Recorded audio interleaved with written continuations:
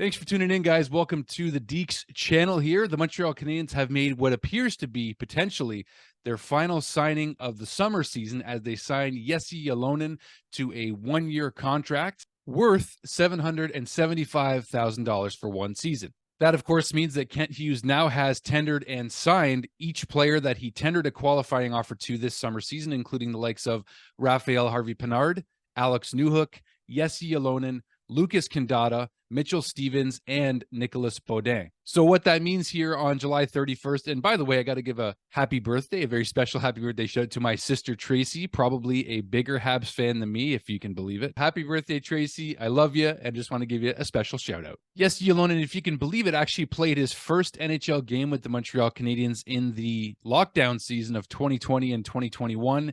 He only played actually one game with the Canadiens. It wasn't until 21-22, Montreal's literal worst season of all time, where Ylonen actually played 14 games with the Canadiens, scoring his first NHL goal, posting 2 goals, 3 assists for 5 points in those 14 games played, 2 penalty minutes, and a plus-minus of +2. Fast forward to another injury-riddled season for the Montreal Canadiens, and Ylonen actually put up 37 games played with the Canadiens, 6 goals, 10 assists, 16 points in those 37 games for the Canadiens. Therefore, Ylonen's NHL totals only with the Montreal Canadiens is 52 games played, 8 goals, 13 assists, 21 points in those 52 games, and actually to date only has 2 penalty minutes. What is the future for Jesse Ylonen with the Montreal Canadiens? Well, I think this one-year contract potentially, could be it if he doesn't have a great season. But then again, I don't see them not keeping him in Laval if he has another really good season with ideally Laval, because you're hoping that the Canadiens are actually going to stay relatively healthy this season,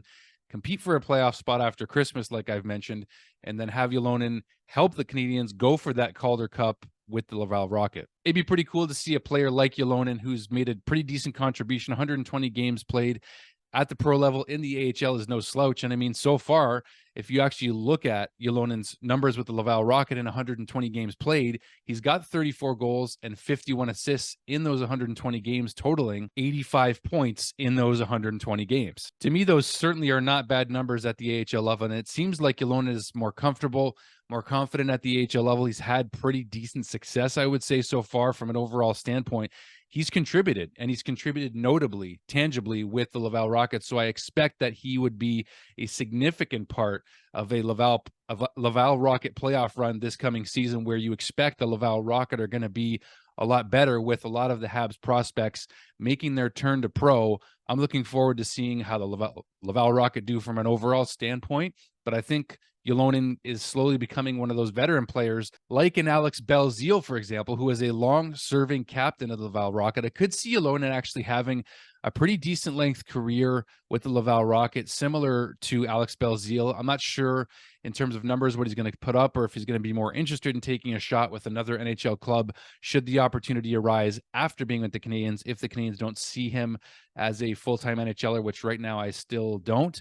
But I do think that he has a professional career in front of him with the AHL Laval Rocket or another team, but I do like his chances of being with the Laval Rocket for at least another couple of seasons and hopefully helping them win a championship. I wouldn't be surprised to actually see Ylonen become part of the leadership group for the Laval Rocket going forward as they get deeper into the playoffs and hopefully win a championship, like I mentioned. And I just see him, based on the numbers that he's put up, the skills that he's shown. He can be an NHLer. There's no question that he can definitely be a guy that Canadiens can call up, like a Belzile, who can have relatively decent success coming into Montreal and actually playing with decent NHL players and not just with his Laval Rocket buddies like we saw last year on the Canadiens. I saw an interesting tweet here from Alex, friend of the show from Habs Fan TV, and he actually said that, some fans really feel like Ylonen is NHL ready, and he's proven that. And honestly, the fact that he's still 23, to me, that says that it's not impossible that he becomes a full-time NHLer at some point, maybe like a Jake Evans, where he had to kind of,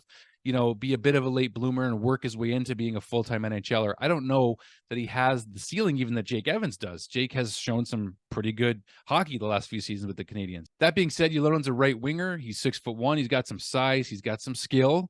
And I think that, it's really up to him in a sense, like I always say with guys whenever they decide what their future is going to be. But I still like the player. I still like where the Canadiens have him. And I think he's going to excel really well. This is probably going to be one of, if not his best seasons, I believe, with the Laval Rocket, and then we'll see where the rest of the season takes him. That's all I got for you guys. Well, it's about time for summer vacation here, at least in terms of taking my little mental break from the YouTube channel here. So thank you guys so much for the support. I do have one more interview I'm actually going to be posting with a good friend, Akil Thomas, LA Kings prospect, who actually you may know from the World Juniors with Team Canada, scored the gold medal winning goal in 2020 for Team Canada in the World Juniors, a guy who's become a friend, someone I've really grown to love following his career, and he still hasn't made his NHL debut yet with the LA Kings, but I believe this could be the season coming up in 23-24. And Akil is just a great, great guy, someone that I had the pleasure of getting to know more than